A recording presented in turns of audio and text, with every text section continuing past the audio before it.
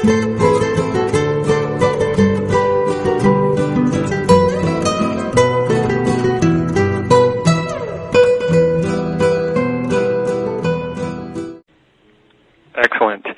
We have a few minutes, and I wanted you to talk about Codex, for those listeners that are out there that may not know what it is, and a little bit of the background, and an update as of the time we're doing this recording in January of 2010. Well, this is a very interesting subject. I'll briefly give a history of it, and try not to be elaborate because it angers me so much. After the Second World War, they, thank God, captured many of the Nazi leaders, and one of them they captured was a gentleman who ran the rail companies and literally made the rails that they brought people to their death in the concentration camps. And he also ran the pharmaceutical company Merck. And Merck, as you recall, was the very first chemical supplement manufacturer in the world in Germany. Well, they brought him to Muhlenberg and didn't kill him and put him in jail, and he was only there a short time.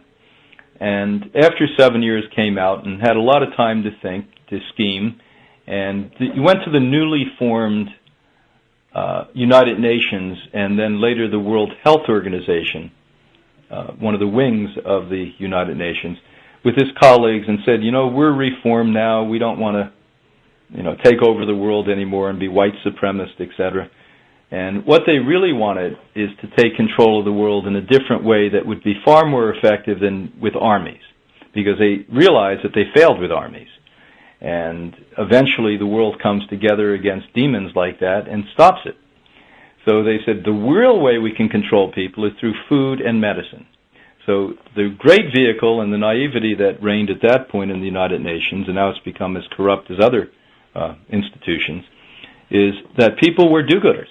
And they said, that's great. So now you're going to put your resources and energy and brain trust behind feeding people and making sure everyone's healthy with modern medicine. And they said yes. They had a major plan to use those two vehicles to literally control humanity worldwide. And they had a very elaborate plan they were a little ambitious on, but realized that this would take a long time, and it has. We're talking from the 1940s, now we're at 2010. And how they've done it very, very well over the last several decades, or a couple of decades, is use the newly formed World Trade Organization. There's 177 countries in the World Trade Organization, every country with any sources of money or income or need to buy things basically is there. Every other country that doesn't have money, doesn't have a need to trade, they're not in there. So it's a money organization. And they have very strong separate laws that supersede, and they're attempting to make them supersede, the laws of the country. So national sovereignty is in question here. And the way they're going to implement with food and medicine is make it so that every country that's part of this trade organization has to abide by rules, the Codex rules, and just some of the highlights, and this goes on, it's a very elaborate thing, of the Codex rules, are that they want to control all nutritional supplementation. And why you should listen and perk up here is that when I spend time, which I do every year in Europe, there are many countries they have fully taken over, like Norway, like Germany, where you cannot really get legitimate supplements of any type, be it chemical or whole food varieties. The good doctors there are being searched down and threatened on a daily basis, and it's their intent to make medical doctors who they train in medical schools, again the glorified pharmacists, to be the sole proprietors of their chemical supplements. Because they realize the writing on the wall is that the public, educated public now, realizes that pharmaceutical drugs hurt you, and they really don't help in many cases. Not all, but many cases. And basically, now the next step is they're going to ask for the good guys, the pharmaceuticals, but they want total control of that. They don't want the health food industry to have that. So that's the first step. The second one with grains, we saw a little episode about 2 years ago where they falsely increased the price of grains by 3 times, saying we have a shortage, when that's an outrageous lie, since every country in the world that has a farming industry is paying their farmers not to grow food, billions of dollars every year, billions of euros every year, and also storing grains that are rotting. Here in the United States, between $2.5 and $3 million of grains are disposed of, thrown away every day, that are rotting in silos. So it was a lie to say we have a grain shortage.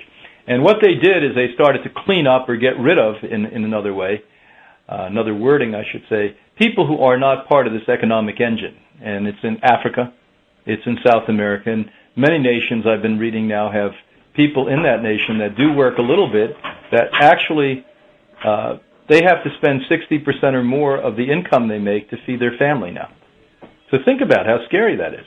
And overnight, with one fell swoop, they pretty much made this their rule.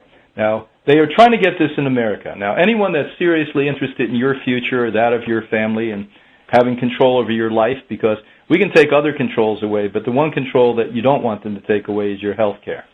In our latest magazine, which is called Remarkable Recoveries, I actually write an article about what Hippocrates has done and what we've committed ourselves to.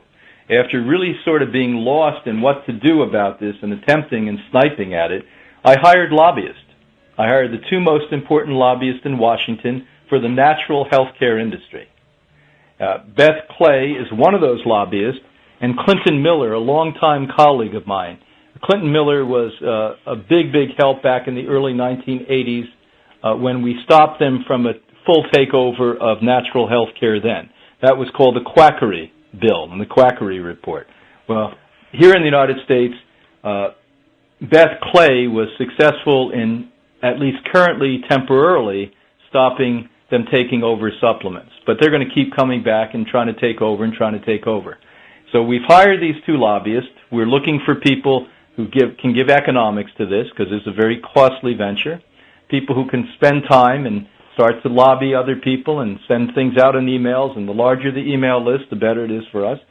And if you stay in touch and look at a website we put together called POP, P-O-P, Protect Organic Power is what that means, campaign.org, POP, P-O-P, campaign.org. It will bring you updates on this. And then as time goes, we're just at the initial stage of this. We're going to be asking for more and more money and help on this if you are interested in the future. And so watch yourself, because they'll take everything away from you if they can, because these people are so greedy they can't see straight.